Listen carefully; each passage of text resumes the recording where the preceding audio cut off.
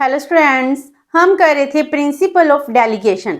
Last session में हमने इसका मीनिंग किया एंड एलिमेंट्स किए एंड हम आज इस सेशन में जो प्रिंसिपल ऑफ डेलीगेशन है इसकी काइंड्स एंड प्रिंसिपल्स करेंगे।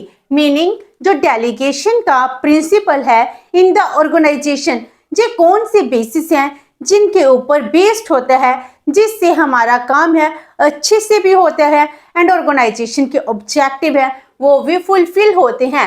तो डेलीगेशन के कितने काइंड्स हैं, काइंड्स और types of delegation of authority. Delegation of authority का मीनिंग होता है जब सुपीरियर है, जो टॉप एग्जीक्यूटिव ऑफिसर है, वो अपने सबॉर्डिनेट को जब कोई वर्क असाइन करता है काम के साथ ही उसको अथॉरिटी भी देता है, जो वो अथॉरिटी ट्रांसफर कर रहा है, इसी को हम क्या कह रहे हैं, डेलीगेशन ऑफ अथॉरिटी। तो डेलीगेशन का प्रिंसिपल है वो वर्क करता है ऑर्गेनाइजेशन में, क्योंकि हर एक ऑर्गेनाइजेशन का साइज बहुत ही लार्ज हो चुका है एंड इसमें without delegation of authority work possible ही नहीं है। तो जो डेलीगेशन ऑफ अथॉरिटी है इसकी कितनी काइंड्स और टाइप्स हो सकती हैं। तो first one is full and partial delegation. Full का मीनिंग क्या हो गया कि डेलीगेशन पावर है, पूरी की पूरी पावर, पूरी अथॉरिटी दे दी। Where full powers are granted to lower functionary, meaning जो हमारा सबॉर्डिनेट है वो क्या करता है, पूरी की पूरी पावर्स, फुल कंप्लीट अथॉरिटी दे देता है, वो कोई भी डिसीजन ले सकता है। इसके लिए जो उसका सुपीरियर है उससे कुछ भी पूछने की, परमिशन लेने की जरूरत नहीं होती है। इसको हम कहते हैं फुल डेलीगेशन। जब हम पार्शियल डेलीगेशन की बात करते हैं जिसमें जो सबॉर्डिनेट है उसको फुल पावर्स नहीं दी जाती, उसको जरूरत होती है जो भी उसका सुपीरियर है उससे जो भी उसने डिसीजन लिए हैं उनसे ग्रांट कराई जाए। तो subordinate required to get guidance from the delegator. Delegator कौन हो गया, जो सुपीरियर हो गया, जो बॉस हो गया, जिसने पावर्स को डेलीगेट किया है। तो डेलीगेटर से उसको गाइडेंस की जरूरत है, वो अपनी मर्जी से कोई भी डिसीजन नहीं ले सकता है। एंड नंबर 2 पर आती है conditional and unconditional delegation. Conditional delegation जब बेस सबॉर्डिनेट के ऊपर कंडीशंस इंपोज की जाती हैं डिसीजन लेने से पहले, तो वो बन गई conditional delegation. When the actions of the subordinate is subject to confirmation and revision by the superior, जो कुछ भी उसने डिसीजन लेना है, जो भी उसने काम किया है उसके रिगार्डिंग सबॉर्डिनेट है, सबॉर्डिनेट कंफर्म कराएगा अपने सुपीरियर से, अपने सुपीरियर को अपनी रिपोर्ट दिखाएगा, उसके बाद ही कोई डिसीजन लिया जा सकता है। अनकंडीशन मीनिंग उसके ऊपर कोई भी कंडीशन इंपोज नहीं की गई है, तो सबॉर्डिनेट क्या है, he is free to act without any reservation. उसको किसी भी तरह की कोई भी रिस्ट्रिक्शंस नहीं है, वो फ्रीली वर्क कर सकता है एट हिज ओन विल। जैसे फुल डेलीगेशन थी, लाइक दिस अनकंडीशनल डेलीगेशन हो जाती है। और उसके बाद थर्ड फॉर्म आती है formal and informal delegation. Formal meaning जब भी ऑर्गेनाइजेशन में फॉर्मल लेवल से रिटर्न में लीगल प्रोसेस के थ्रू आपको कोई पावर डेलीगेट की जाती है according to the written rules, laws और ऑर्डर्स। इनके अकॉर्डिंग जब भी आपको पावर डेलीगेट की जाती है तो इसको कहते हैं फॉर्मल डेलीगेशन। एंड इनफॉर्मल में क्या होता है, जो कस्टम्स हैं, कन्वेंशंस हैं, अंडरस्टैंडिंग्स हैं, इनके ऊपर बेस्ड होती है, आपको कोई भी फॉर्मेलिटी नहीं की गई है, इसके लिए आपने खुद ही अपनी अंडरस्टैंडिंग से जो डिसीजन लिए हैं हम उसको इनफॉर्मल डेलीगेशन कहते हैं। अगर हम आपको कोई काम करने को कह रहे हैं तो इसका मीनिंग है आपको वो काम करने की अथॉरिटी भी ग्रांट हो चुकी है, इसके लिए हमने रिटन में आपको कुछ नहीं कहा है और मैनेजर है वो खुद ही डिसीजन ले लेता है, तो वो होगी इनफॉर्मल डेलीगेशन। उसके बाद आती है direct and indirect delegation. Direct का मीनिंग क्या हो गया, जो आपको डायरेक्टली दी गई है, जिसमें किसी भी मिडलमैन की जरूरत नहीं थी। विदाउट एनी मिडल मैन, और थर्ड पार्टी डेलीगेटर और डेलीगेटी है, इनके बिटवीन कोई भी नहीं है। ए ने बी को अथॉरिटी ट्रांसफर की है, तो ए और बी इनमें डायरेक्ट रिलेशनशिप है, तो हम इसको क्या कहते हैं, डायरेक्ट डेलीगेशन। इनडायरेक्ट में क्या होगा, ए एंड बी के बिटवीन कोई और थर्ड पर्सन होगा जिसके थ्रू जो पावर्स डेलीगेट की गई हैं। Delegation is conferred through a third person और यूनिट, तो इसमें थर्ड पर्सन इन्वॉल्व है, थर्ड पार्टी इन्वॉल्व है। अगर मान लो हम किसी पर्सन को कॉन्ट्रैक्ट देते हैं और उसके लिए ब्रोकर हैं, या फिर कोई थर्ड पर्सन है जिसके थ्रू हम बी पर्सन को कॉन्ट्रैक्ट दे रहे हैं, तो ये क्या हो गया, इनडायरेक्ट डेलीगेशन हो गई। और उसके बाद नेक्स्ट आता है फॉर्मल एंड एबनॉर्मल डेलीगेशन। जो नॉर्मल है, नॉर्मल डेलीगेशन क्या होता है, जो नॉर्मल कंडीशंस में हम क्या करते हैं, अथॉरिटी को डेलीगेट कर देते हैं। When defined and limited authority is delegated, normal delegation है, हम इसके थ्रू पावर्स को डेलीगेट कर चुके हैं। अब नॉर्मल जब unduly large and wide ranging powers हैं, वो डेलीगेट की जाती हैं। जैसे फुल डेलीगेशन था, उसी को हम अब नॉर्मल डेलीगेशन भी कह देते हैं, जिसमें आपके अथॉरिटी के ऊपर कोई भी लिमिटेशन इंपोज नहीं की गई है, तो इसको अब नॉर्मल डेलीगेशन कहा जाता है। इस तरह जो डिफरेंट टाइप्स हो जाती हैं जिसके थ्रू अथॉरिटी है डेलीगेट की जाती है। जब भी हम अथॉरिटी को डेलीगेट करते हैं, जो कुछ प्रिंसिपल्स हैं इनके ऊपर बेस्ड होनी चाहिए, तभी जाकर जो हमारी ऑर्गेनाइजेशन के ऑब्जेक्टिव्स हैं वो फुलफिल हो पाएंगे। तो वो प्रिंसिपल्स ऑफ डेलीगेशंस है क्या, first one is delegation should be written and specific. जो भी पावर डेलीगेट की जाती है वो रिटन फॉर्म में होनी चाहिए और वो स्पेसिफिक क्लियर होनी चाहिए, इसके थ्रू कोई भी कंफ्यूजन क्रिएट नहीं होती है।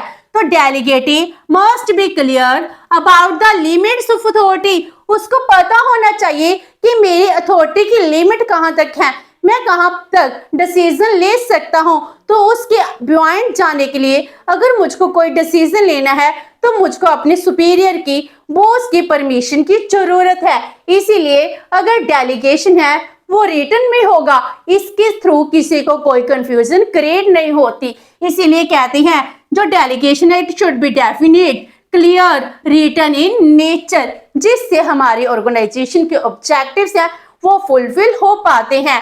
एंड इसके थ्रू कोई भी पर्सन है वो डिक्टेटर नहीं बन पाता है।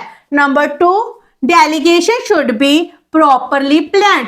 जो डेलीगेशन ऑफ पावर है वो प्लान वैसे होनी चाहिए। अगर प्लानिंग नहीं होगी, हमें खुद को नहीं पता होगा मैंने कितनी अथॉरिटी, कितना वर्क है वो डेलीगेट करना है। इसलिए डेलीगेशन क्या होनी चाहिए, प्रॉपरली प्लान होनी चाहिए। पॉलिसीज, रेगुलेशंस, प्रोसीजर है, ये सब कुछ अच्छे से डिफाइन किया जाना चाहिए, तब जाकर ही हमारी जो प्लानिंग है, प्लानिंग थ्रू डेलीगेशन होगी, उसके ऑब्जेक्टिव्स फुलफिल हो पाएंगे। नो एम्बिगिटी अबाउट अथॉरिटी, जिसको अथॉरिटी डेलीगेट हो रही है उसको पता होना चाहिए कि मेरी लिमिट कहाँ तक है, इसके लिए कोई भी कंफ्यूजन, एम्बिगिटी नहीं होनी चाहिए। Number 3, objectives of delegation is to get certain result. जो डेलीगेशन है, डेलीगेशन हम करते क्यों हैं, ताकि जो हमारी ऑर्गेनाइजेशन की रिजल्ट्स हैं हम इनको अचीव कर सके। इसीलिए सबॉर्डिनेट को ये परमिशन नहीं देनी चाहिए कि वो अपनी मर्जी से काम करे। सबॉर्डिनेट के लिए उसके अपने डिसीजन नहीं होने चाहिए, उसकी लाइक्स और डिसलाइक्स के अकॉर्डिंग ना चलकर ऑर्गेनाइजेशन के अकॉर्डिंग ही वर्क होना चाहिए। Subordinate can not act according to their discretion, he should to act according to the organization। जो expected result हैं should be communicated with the persons। जो subordinates हैं उनको बता देने चाहिए कि हम ऑर्गेनाइजेशन से कौन से रिजल्ट हैं वो एक्सपेक्ट कर रहे हैं, जिसको हम कह सकते हैं कि एक सबॉर्डिनेट को उसके टारगेट पता है कि ऑर्गेनाइजेशन का यही टारगेट है और इसको मैंने इतने टाइम लिमिट में अचीव करना है, तो उसके अकॉर्डिंग ही वर्क होगा।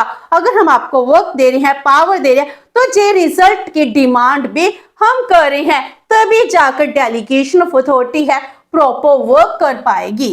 Next is authority and responsibility are to be kept equal. अगर हम अथॉरिटी दे रहे हैं, अथॉरिटी के साथ रिस्पॉन्सिबिलिटी भी होगी, ये दोनों इक्वल होनी चाहिए। अगर अथॉरिटी है, रिस्पॉन्सिबिलिटी नहीं है, तो डिक्टेटरशिप बन जाएगी। अगर रिस्पॉन्सिबिलिटी है, अथॉरिटी नहीं है, तो इसके बिना जो आपकी रिस्पॉन्सिबिलिटी है, आपका वर्क है, मीनिंगलेस हो जाएगा। इसीलिए यह दोनों क्या होने चाहिए, सेम प्रोपोर्शन में होने चाहिए। इनका इक्वल प्रोपोर्शन होना बहुत जरूरी है। अगर इनमें अच्छे से कोऑर्डिनेशन होगी, इक्वालिटी होगी, तभी जाकर आपके काम है अच्छे से हो सकते हैं। एंड सबॉर्डिनेट हैं should be accountable about results weather good और बैड। जो भी रिजल्ट आते हैं, चाहे अच्छे हैं चाहे बुरे हैं, उनके लिए सबॉर्डिनेट को अकाउंटेबल बनाना चाहिए। अगर हम उसको अथॉरिटी दे रहे हैं, तो उसके लिए वो ही अकाउंटेबल भी होता है। इस तरह हमारी जो डेलीगेशन ऑफ अथॉरिटी है,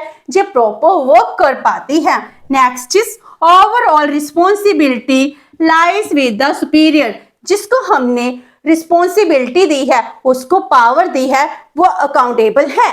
लेकिन जो उसका सुपीरियर है, वो ये नहीं कह सकता I don't know about anything, तो इसके रिगार्डिंग क्या हो गया, वो इररिस्पॉन्सिबल हो गया। तो ओवरऑल रिस्पॉन्सिबिलिटी है, वो सुपीरियर के पास ही होनी चाहिए। जो भी अकाउंटेबिलिटी है, आंसरेबल है, सुपीरियर भी माना जाएगा, क्योंकि उसकी सुपरविजन के अंडर ही तो काम हुआ है, तो वो अपने आप को इससे अलग नहीं कर सकते हैं।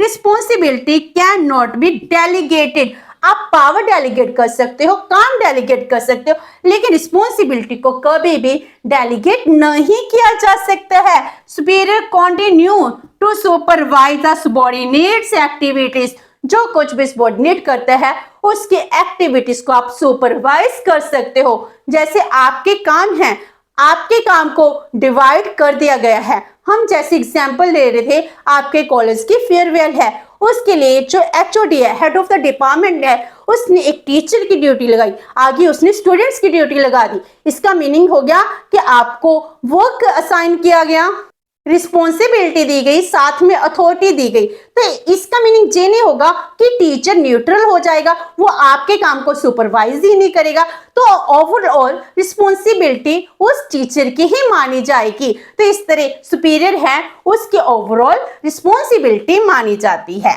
Next is a systematic reporting system has to be established. जो रिपोर्टिंग है, रिपोर्टिंग सिस्टम भी एस्टैब्लिश होना चाहिए, जिस वजह से सबऑर्डिनेट हैं अच्छे से काम करते हैं। Superior review the progress of work being done. कितना काम हो गया, कितना हो रहा है, उसका रिव्यू करता रहे। एंड उसके बाद जो भी हमारा सबऑर्डिनेट है, उसके परफॉर्मेंस के अकॉर्डिंग उसका अप्रेजल लगता है, उसका इंक्रीमेंट लगता है, वो भी इसमें होना चाहिए। It must be followed by appraisal of the subordinates performance. अगर सबऑर्डिनेट अच्छा परफॉर्म कर रहा है, तो उसकी अच्छी इंक्रीमेंट अप्रेजल होनी चाहिए, अदरवाइज उसकी कम होनी चाहिए, जिस वजह से हमारा सबऑर्डिनेट है अच्छे से वर्क कर पाता है। And last one is the superior should always ready to guide the subordinate. जो सुपीरियर है, जिसने अथॉरिटी डेलीगेट की है, वर्क डेलीगेट किया है, लेकिन उसके साथ वो क्या होना चाहिए, हमेशा ही अपने सबऑर्डिनेट को गाइड करने के लिए रेडी होना चाहिए। उसका सबऑर्डिनेट है, उसको पूरा वर्क नहीं आता, उसको गाइडेंस की जरूरत होती है, तो superior should always provide necessary guidance, help and direction to the subordinate, जिससे हमारा वर्क है प्रॉपर होगा, जो हमारे टारगेट्स हैं वो भी अचीव हो पाएंगे। तो इस तरह यह कुछ प्रिंसिपल्स हैं जिनके ऊपर प्रिंसिपल ऑफ डेलीगेशन है वो वर्क करता है। जी हार्ड एंड फास्ट रूल नहीं है कि यह प्रिंसिपल्स वर्क करने चाहिए, तभी जाकर डेलीगेशन ऑफ अथॉरिटी है यही वर्क कर पाएगा। तो जो डेलीगेशन ऑफ अथॉरिटी है कुछ फ्लेक्सिबिलिटी के साथ ऑर्गेनाइजेशन में वर्क करता है। तो विद दिस जो हमारे प्रिंसिपल्स हैं, काइंड्स हैं, डेलीगेशन की जो कंप्लीट होती हैं। नेक्स्ट सेशन में हम करेंगे increasing need of the delegation of authority. Hope so कि आपको ये सेशन अच्छा लगा होगा। अगर आपकी कोई क्वेरी है तो post it comment box and video अच्छी लगी तो please like and share your friends. Thank you so much and have a nice day.